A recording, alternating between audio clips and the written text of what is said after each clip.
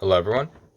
Today I'm talking about the third matchup of the Stanley Cup playoffs for the 2021 season. And this matchup is the Washington Capitals versus the Boston Bruins. So the Capitals ended the season with a 36-15-5 record for a total of 77 points, which does give them home ice over the Boston Bruins, who ended the season 33-16-7 with 73 points. Um, So overall, both teams had really good seasons, and the fact that they're able to play each other just shows the strength of the division that they're in. And I know that there are other divisions that you can make that same case for, like I just talked about Florida versus Tampa, but especially having a team like the Islanders as fourth in your division is insane. And with the Rangers on the outside looking in, like almost every other division, they would be in a playoff spot. This division has just been really tough, and good on these teams for being able to fight through all those tough teams and make it in on these high spots. But so looking at the players for the Washington Capitals, their leading point scorer is Nicholas Backstrom. He has in 54 games played, he has 15 goals, 38 assists for 53 points, which is a phenomenal season, just short of a point a game, and that's around what Backstrom is usually expected to do. Slightly above a point a game, just around a point a game, and that's what you expect from Backstrom as your first line center. And I'm sure that he would have crossed a point a game a while ago if Alex Ovechkin didn't have some injuries. So the slightly down numbers of not exactly a point a game is 100% excusable there. Second on the team in points is John Carlson with 52 games played, 10 goals, 34 assists for 44 points. And he's been having a phenomenal season too. I think he's third in all defensemen in points. He does have his defensive lapses, though, which is a little worrisome for their team. But overall, his offensive game does make up for it, and he is one of the best offensive defensemen in the NHL, if not the best. Um, but 44 points for a defenseman is a really solid season. You you never expect them to put up point a game numbers, but this is about as close as you probably expect from John Carlson or a really top end offensive defenseman. And third on the team in points is TJ Oshie, who in 53 games played, 22 goals, 21 assists, 43 points. This is a phenomenal season for Oshie. And as a Ranger fan, I saw that game after his dad passed, and there was just fights left and right because of the Tom Wilson situation. But even as a Ranger fan, it put a smile on my face to see Oshie score that hat trick for right after his dad's passing. And it's just a good story, and the kind of season that he's having this year is unreal. And hopefully he can use this all as just motivation going into the playoffs, and we'll see what happens. Going on to the Boston side, though, leading point scorer is Brad Marchand, who in 53 games played has 29 goals, 40 assists for 69 points. That's nice. But he's been so amazing this season, and he gets pegged as a dirty player, as a rat. And while he can be those, he hasn't been that in a while. And his overall game, though, is phenomenal. He is one of the best forwards in the NHL. I'm not going as far as best. That's no question in my mind, Connor McDavid. But he's really high up. I'd probably say he's a top 3 to top 5 winger in the NHL. And just phenomenal stats. Moving on to second on the team is Patrice Bergeron. Sorry about that.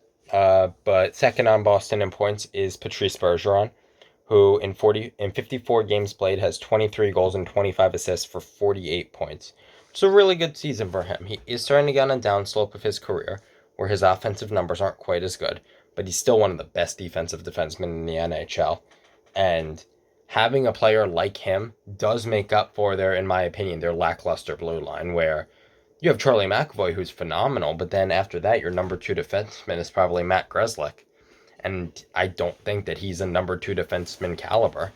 And the only reason why their defensive numbers have been able to stay afloat have been from offensive defensemen, have been from defensive forwards like Patrice Bergeron, and also their goaltending, obviously, but just he's so amazing. And of course, third on the team in points, you got to finish up that perfection line.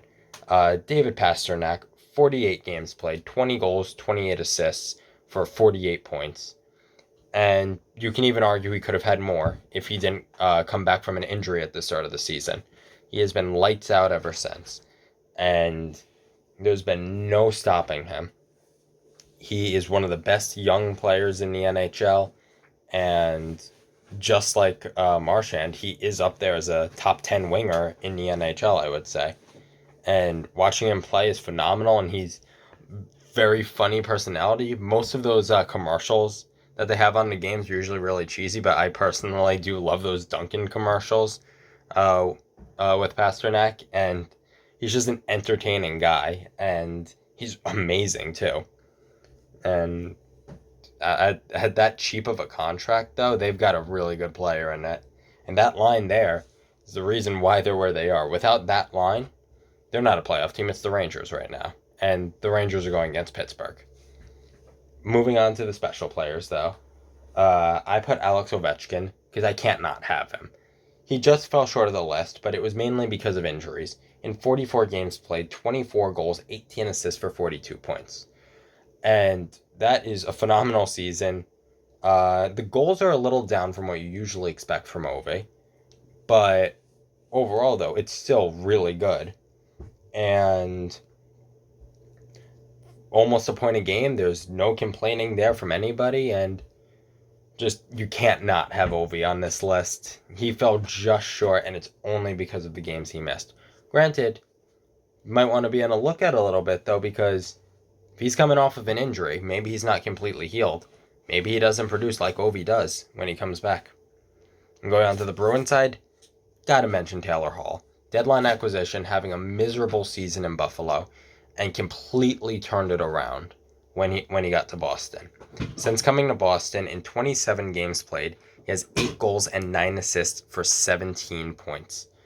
And especially compared to what he was doing in Buffalo, that's amazing. And his first, I want to say, 4 or 5 games in Boston, he didn't get a point.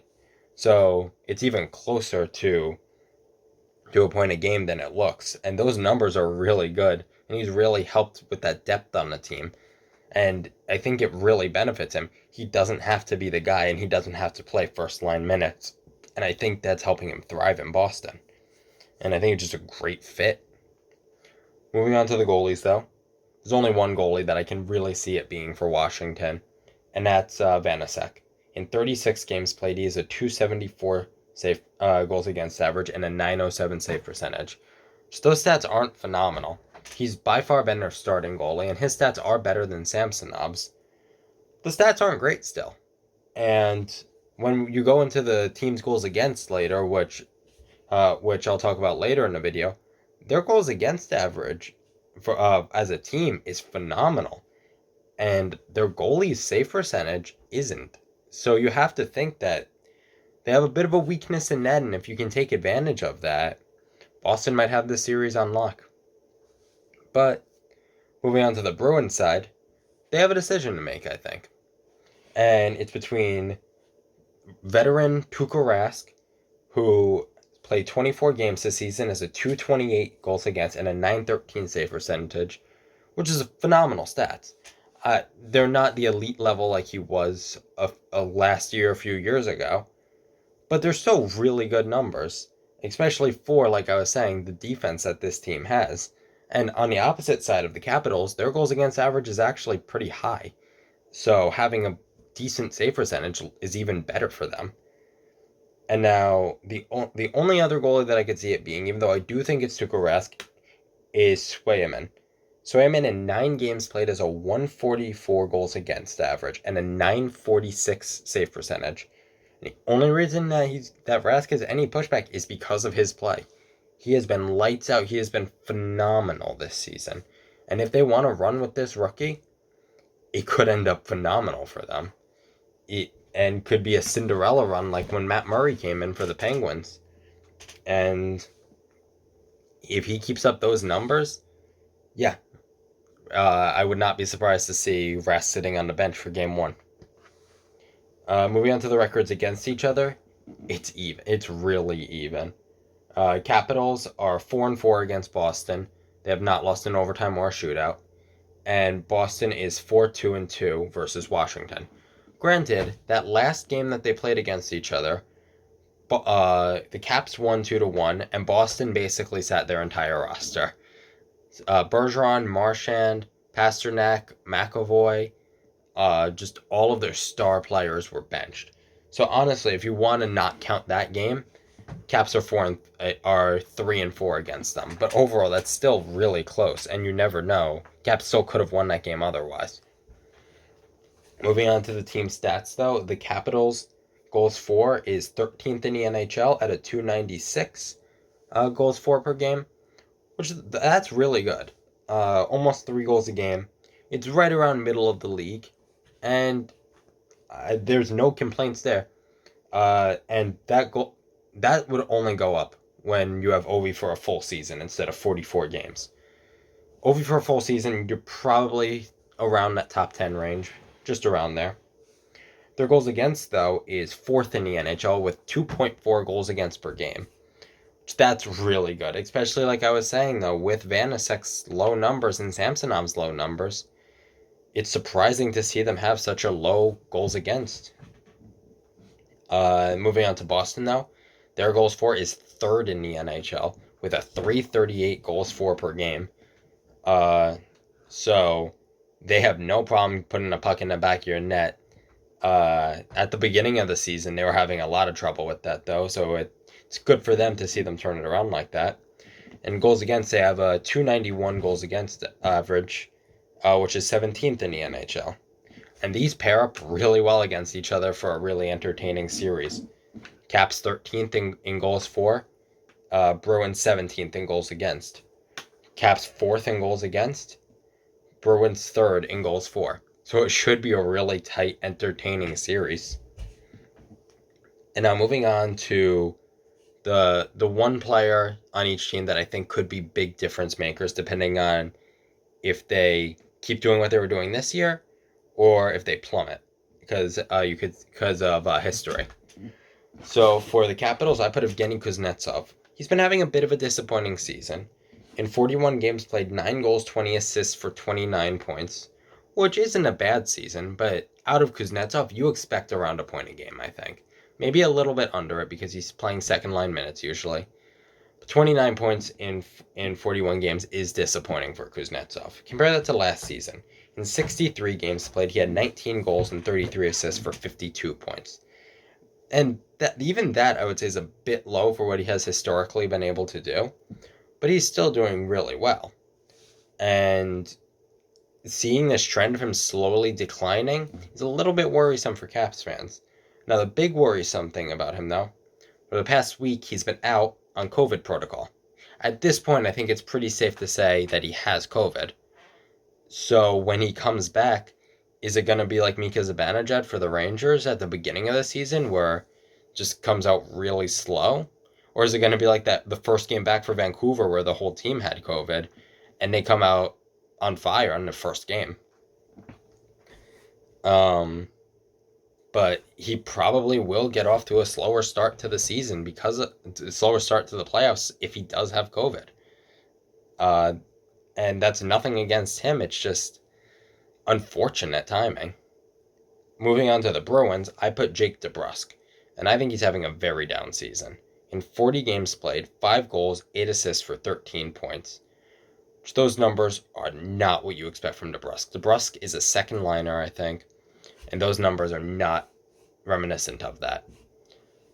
And I was watching a Boston game the other day, and he was on the 4th line, and I don't know if it's because of his bad play or if that's why his stats are low, but DeBrusk needs to pick it up for Boston to have a chance to go on a run to the Cup. Compared to last year's stats, in 65 games played, 19 goals, 16 assists for 35 points. Those numbers are great, and they're around middle 6 numbers, probably a second liner, around a point every other game. And this season, it's like a point every 4 games. So they're really hoping that he can have a bit of a bounce back and surprise some people. So overall, though, in the series, I am probably taking the Boston Bruins to win in about 6 games. It's going to be a very tight series. These teams pair up perfectly against each other for a nice, entertaining series. And honestly, I won't be mad with whoever wins. I'm just looking forward to some entertaining hockey. So let me know what you guys think. Let me know what you guys think in the comments, and I'll see you in the next one. Bye.